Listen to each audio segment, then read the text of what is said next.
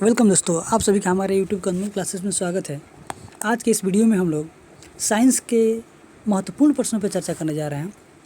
तो दोस्तों, वीडियो शुरू करने से पहले एक बात बोलना चाहूँगा। यदि आप मेरा वीडियो देख रहे हो तो आप कॉपी पेन लेकर ज़रूर बैठें, ताकि मैं इन सारे प्रश्नों से रिलेटेड अगर एक्स्ट्रा फैक्ट बताता हूँ तो उसे आप अपनी कॉपी में नोट डाउन करते चलिए। सो दोस्तों, शुरू करते हैं। जी हाँ, तो पहला प्रश्न दिया हुआ है हमारे सामने। उत्तल दर्पण द्वारा बना प्रतिबिंब मतलब होता है उत्तल दर्पण जो होता है, उत्तल दर्पण, इसमें बनने वाला प्रतिबिंब कैसा होता है। प्रश्न कुछ ऐसा पूछ रहा है। तो हमारे सामने 4 ऑप्शन दिया हुआ है: वास्तविक तथा सीधा, कि वास्तविक तथा उल्टा, काल्पनिक तथा सीधा, या फिर काल्पनिक तथा उल्टा। तो उत्तल दर्पण जो है, उत्तल दर्पण में हमेशा जो वस्तु का प्रतिबिंब जो बनता है वो काल्पनिक तथा सीधा बनता है, जो कि ऑप्शन सी है। इस प्रश्न का आंसर जो होगा सी होगा। जी हाँ, तो नेक्स्ट प्रश्न देखते हैं। गोलीय दर्पण की फोकस दूरी उसकी वक्रता त्रिज्या की। तो गोलीय दर्पण की जो फोकस दूरी होती है उसकी वक्रता त्रिज्या की आधी होती है, जो कि ऑप्शन ए में है, इसलिए ऑप्शन का ए सही होगा। अब इससे रिलेटेड एक्स्ट्रा फैक्ट की बात करते हैं। तो गोलीय दर्पण की जो फोकस वक्रता त्रिज्या जो होती है ना, वो होती है R = 2F, अर्थात फोकस की दुगुनी। इसीलिए फोकस जो होगी R = ये 2 आकर डिवाइड करेगा तो R/2, यानी कि फोकस दूरी F = होता है R/2। जी दोस्तों, तो नेक्स्ट प्रश्न देखते हैं हम लोग। जी हाँ, तो नेक्स्ट प्रश्न दिया हुआ है। हजामत बनाने के लिए किस दर्पण का व्यवहार किया जाता है।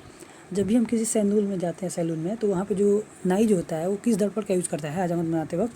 तो वो जो दर्पण यूज़ करता है उसको बोलते हैं अवतल दर्पण, जो कि ऑप्शन बी में है। ऑप्शन बी सही होगा। नेक्स्ट प्रश्न देखते हैं अब हम लोग। जी हाँ, तो नेक्स्ट प्रश्न दिया हुआ है कि द्रव्य का अपेक्षिक घनत्व मापा जाता है।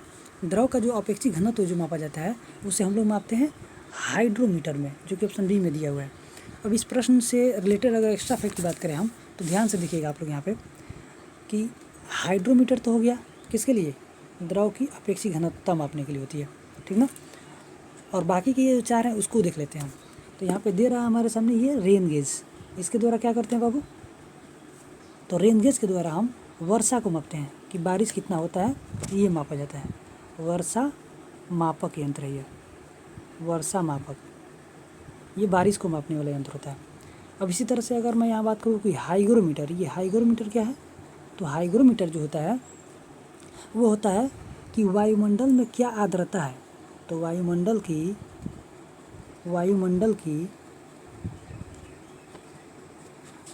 की आर्द्रता को मापता है। यह क्या मापता है, वायुमंडल की आर्द्रता को मापता है, ठीक। और यहाँ पे ओडोमीटर जो है, ये ओडोमीटर क्या मापता है, तो ओडोमीटर जो होता है यह गाड़ी द्वारा तय की गई दूरी को मापता है। जब भी किसी गाड़ी पे बैठ के जाते हैं ना, तो गाड़ी द्वारा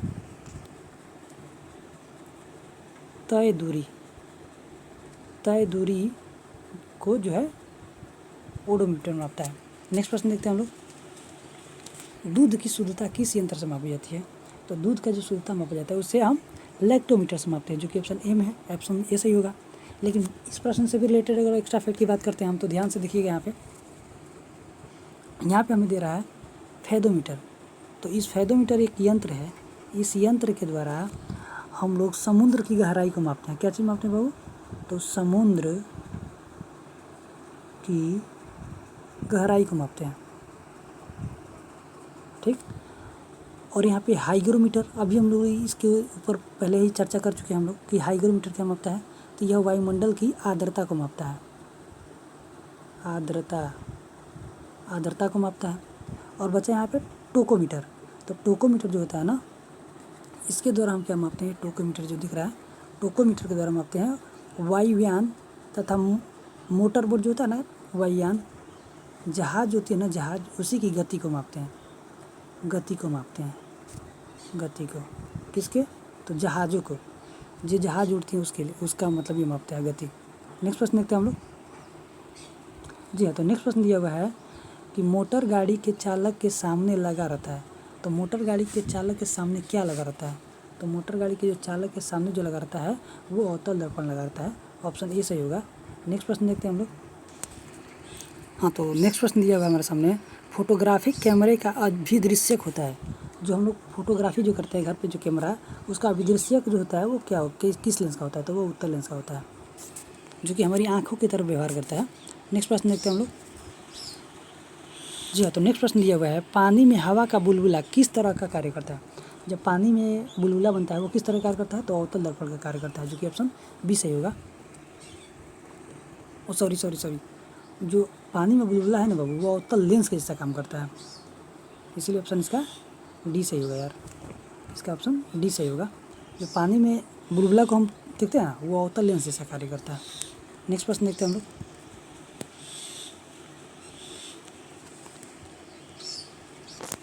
जी हाँ, तो नेक्स्ट प्रश्न दिया हुआ है, वायुमंडल की आर्द्रता को मापता है। तो वायुमंडल की आर्द्रता को जो मापता है उसे हम हाइग्रोमीटर द्वारा मापते हैं, जो कि ऑप्शन ए में दिया हुआ है। अब इस प्रश्न से रिलेटेड एक्स्ट्रा फैक्ट की बात करते हैं। हाइड्रोमीटर, इसके द्वारा मापते क्या हम, तो हाइड्रोमीटर जो है वो द्रव्य की आपेक्षिक घनत्व को मापता है। क्या मापते हैं, आपेक्षिक घनत्व को मापता है द्रव्य की, ठीक ना। और यहाँ पे बैरोमीटर का मापता है, तो वायुमंडलीय दाब, वायुमंडल की दाब को मापता है, दाब को। और यहाँ पे अगर इससे बात कर लें, अल्टीमीटर क्या करता है, अल्टीमीटर द्वारा किसको मापा जाता है, तो अल्टीमीटर एक ऐसा यंत्र है जिसके द्वारा हम लोग ना ऊंचाई को मापते हैं, ऊंचाई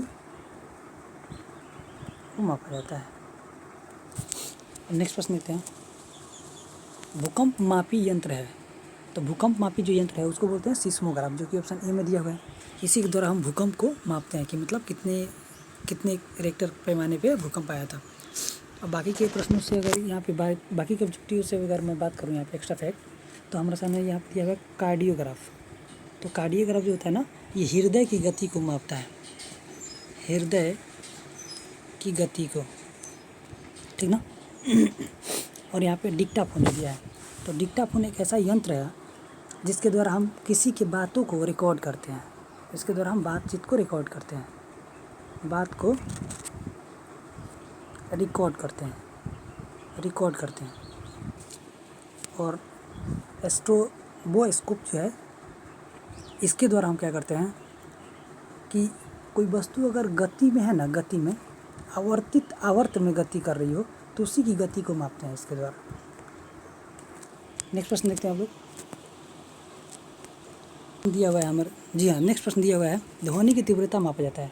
तो ध्वनि की तीव्रता जो है डेसिबल में मापा जाता है, जो कि ऑप्शन ए सही होगा। नेक्स्ट प्रश्न देखते हैं हम लोग, मानव रेटिना पर बना प्रतिबिंब होता है। तो मानव की जो रेटिना पर प्रतिबिंब बनता है ना, वो हमेशा बनता है वास्तविक और उल्टा बनता है, जो कि ऑप्शन बी सही होगा। नेक्स्ट प्रश्न देखते हैं हम लोग, जब कोई वस्तु दो समानांतर समतल दर्पण के बीच रखी जाती हो तो बने हुए प्रतिबिंब की संख्या क्या होगी। तो जब भी कोई वस्तु दो समानांतर समतल दर्पणों के बीच रख दोगे तो उसमें अनंत प्रतिबिंब बनेंगे, इसलिए ऑप्शन का बी सही होगा। नेक्स्ट प्रश्न देखते हैं हम लोग।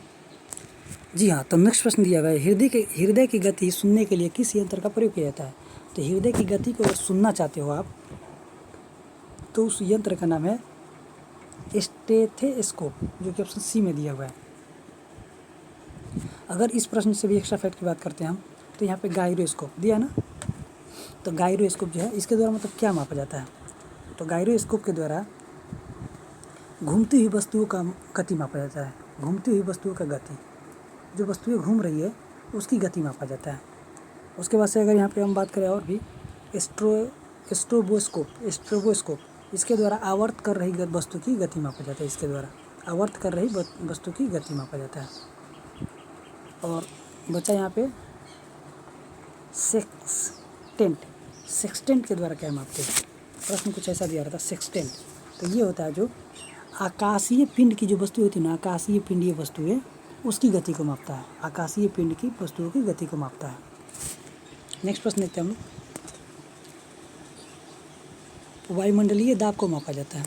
तो वायुमंडलीय जो दाब को मापता है ना, उस यंत्र का नाम है बैरोमीटर, जो कि ऑप्शन ए में दिया हुआ है। अब इस प्रश्न में भी एक्स्ट्रा फैक्ट की बात करते हैं। तो लैक्टोमीटर, ये क्या करता है भाई, तो दूध की शुद्धता मापता है, दूध की शुद्धता मापता है। मैनोमीटर क्या करता है? तो गैस की दाब को मापता है। किसका? दाब, गैस का। गैस पे कितना दाब लगता है इसको मापता है। ओडोमीटर क्या करता है? तो गाड़ी द्वारा तय की गई दूरी को मापता है। नेक्स्ट प्रश्न देखते हैं हम लोग। सरल सूक्ष्मदर्शी में वस्तु को रखा जाता है। तो सरल सूक्ष्मदर्शी होता है, उसमें वस्तु को लेंस और प्रकाश केंद्र के बीच रखते हैं, जो कि ऑप्शन ए में है। ऑप्शन ए सही होगा। नेक्स्ट प्रश्न देखते हैं हम लोग। जी हाँ, वनस्पति तेलों से कृत्रिम घी बनाने में किस उत्प्रेरक का प्रयोग किया जाता है? तो वनस्पति घी के प्रक्रम में निकिल का प्रयोग करते हैं, जो कि ऑप्शन सी में दिया हुआ है। ऑप्शन सी सही होगा। नेक्स्ट प्रश्न देखते हैं हम लोग। अमोनिया गैस बनाने की हैबर विधि में किस उत्प्रेरक का प्रयोग किया जाता है? तो अमोनिया विधि में जो पहले तो जान लेते हैं कि अमोनिया को बनाने के लिए हम लोग हैबर विधि का प्रयोग करते हैं। ठीक, प्रश्न पूछ देता है कि अमोनिया किस विधि द्वारा बनाया जाता है, तो कौन सा विधि मारोगे आप? हैबर विधि द्वारा। ठीक ना। अब कह रहा है कि हैबर विधि में किस उत्प्रेरक का प्रयोग करते हैं? तो लौह चूर्ण, जो कि ऑप्शन ए में दिया है, लौह चूर्ण का प्रयोग करते हैं। नेक्स्ट प्रश्न देखते हैं हम लोग। अवतल दर्पण में वस्तु का प्रतिबिंब दर्पण के पीछे काल्पनिक, सीधा तथा वस्तु से बड़ा बनता है जब वस्तु कहाँ रखी रहती है? तो इस वस्तु को फोकस और ध्रुव के बीच में रखते हैं, तभी ऐसे प्रतिबिंब बनते हैं। ऑप्शन डी सही होगा। नेक्स्ट प्रश्न देखते हैं हम लोग। जी हाँ, तो नेक्स्ट प्रश्न ये है, रक्त का दाब किस यंत्र से मापते हैं? तो रक्त का जो दाब होता है उसको स्फिग्नोमीटर से मापते हैं, जो कि ऑप्शन बी सही होगा। और इन सारे ऑप्शनों के बारे में तो पहले हम लोग चर्चा कर ही चुके हैं। नेक्स्ट प्रश्न देखते हैं हम लोग। ट्रांसफार्मर का क्रूड बना होता है। जी हाँ दोस्तों, तो ट्रांसफार्मर जो होता है ना, ट्रांसफार्मर, उसका क्रूड जो बनता है ना, वो नरम लोहे का बनता है, जो कि ऑप्शन ए में दिया हुआ है। नेक्स्ट प्रश्न देखते हैं हम लोग। ट्रांसफार्मर किस सिद्धांत पे कार्य करता है? तो ट्रांसफार्मर जो है वो कार्य करता है विद्युत चुम्बकीय प्रेरण के नियम पे करता है, जो कि ऑप्शन बी में है। बी सही होगा। नेक्स्ट प्रश्न देखते हैं हम लोग। ट्रांसफार्मर प्रयुक्त होता है, ट्रांसफार्मर को किस लिए प्रयुक्त करते हैं? तो एसी वोल्टेज में उपचयन और अपचयन के लिए। ऑप्शन डी सही होगा इसके लिए। एसी वोल्टेज में उपचयन और अपचयन, यहाँ ध्यान से देखिएगा, यहाँ पे दिया हुआ है डीसी वोल्टेज में उपचयन या अपचयन, तो नहीं होगा। डीसी के लिए तो कदापि नहीं होगा, केवल अगर होगा तो एसी के लिए होगा ट्रांसफार्मर, इसलिए ऑप्शन इसका डी सही होगा। नेक्स्ट प्रश्न देखते हैं हम लोग। ये व्हीटस्टोन ब्रिज जो था ना, ये व्यवहार किया गया किसके लिए? तो दोस्तों इसके लिए यहाँ पे 4 ऑप्शन में से 2 ही ऑप्शन है, ऑप्शन कट गया है, तो इसका आंसर जो होगा ना यार, वो होगा प्रतिरोध के लिए।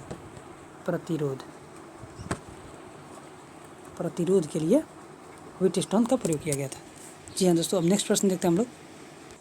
जी हाँ, तो नेक्स्ट प्रश्न यह है, पानी के अंदर ध्वनि सुनने का यंत्र कहलाता है। पानी के अंदर अगर ध्वनि को सुनते हो तो उसको बोलते हैं हाइड्रोफोन, जो कि ऑप्शन डी में दिया हुआ है। ठीक ना। अब नेक्स्ट प्रश्न देखते हैं हम लोग। लाउड स्पीकर में ऊर्जा परिवर्तन होता है। तो लाउड स्पीकर में जो ऊर्जा का परिवर्तन होता है वो किस तरह से होता है? तो लाउड स्पीकर में ऊर्जा का परिवर्तन जो होता है वह होता है विद्युत से यांत्रिक और यांत्रिक से ध्वनि ऊर्जा में, इसलिए ऑप्शन बी सही होगा। नेक्स्ट प्रश्न देखते हैं हम लोग दोस्तों। जी हाँ, तो नेक्स्ट प्रश्न ये है, निम्नलिखित में किस यंत्र में यांत्रिक ऊर्जा वैद्युत ऊर्जा में परिवर्तित होता है? तो यांत्रिक ऊर्जा वैद्युत ऊर्जा में डायनेमो में परिवर्तित होता है, जो कि ऑप्शन डी सही होगा। नेक्स्ट प्रश्न देखते हैं हम लोग। निम्नलिखित में कौन सी युक्ति विद्युत ऊर्जा को यांत्रिक ऊर्जा में बदल देती है? तो वह युक्ति जो है विद्युत ऊर्जा की यांत्रिक बदलती है वो विद्युत मोटर है, जो कि ऑप्शन सी से होगा। नेक्स्ट प्रश्न देखते हैं दोस्तों। जी हाँ, तो नेक्स्ट प्रश्न यह है, रासायनिक ऊर्जा का विद्युत ऊर्जा में परिवर्तन होता है। तो रासायनिक ऊर्जा का विद्युत ऊर्जा में जो परिवर्तन होता है वो बैटरी में होता है, ऑप्शन सी सही होगा। नेक्स्ट प्रश्न देखते हैं, रेक्टिफायर का प्रयोग किया जाता है। तो रेक्टिफायर का प्रयोग जो करते हैं वो किस रूप में किया जाता है? तो रेक्टिफायर का प्रयोग जो करते हैं, तीसरे प्रश्न को होगा एसी को डीसी में बदलने के लिए रेक्टिफायर का प्रयोग करते हैं, ऑप्शन डी सही होगा। नेक्स्ट प्रश्न देखते हैं। जी हाँ, तो नेक्स्ट प्रश्न दिया हुआ है, ट्रांसफार्मर का प्रयोग किया जाता है। तो ट्रांसफार्मर का प्रयोग हम किस लिए मतलब करते हैं? तो ट्रांसफार्मर का प्रयोग हम केवल एसी के लिए करते हैं, जो कि ऑप्शन ए में दिया हुआ है। नेक्स्ट प्रश्न देखते हैं, टेलीफोन लाइन में प्रवाहित होने वाली ऊर्जा होती है। तो टेलीफोन लाइन में जो हम बात करते हैं उसमें कौन सी मतलब ऊर्जा प्रवाहित होती है? तो वो विद्युत ऊर्जा प्रवाहित होती है, ऑप्शन बी सही होगा। नेक्स्ट प्रश्न देखते हैं हम लोग, शुष्क सेल में किस तरह की ऊर्जा निहित होती है? जो शुष्क सेल होता है उसमें किस तरह की ऊर्जा निहित होती है? तो वो रासायनिक होती है, जो कि ऑप्शन सी में दिया हुआ है, ऑप्शन सी इसका सही होगा, रासायनिक ऊर्जा। नेक्स्ट प्रश्न देखते हैं हम लोग।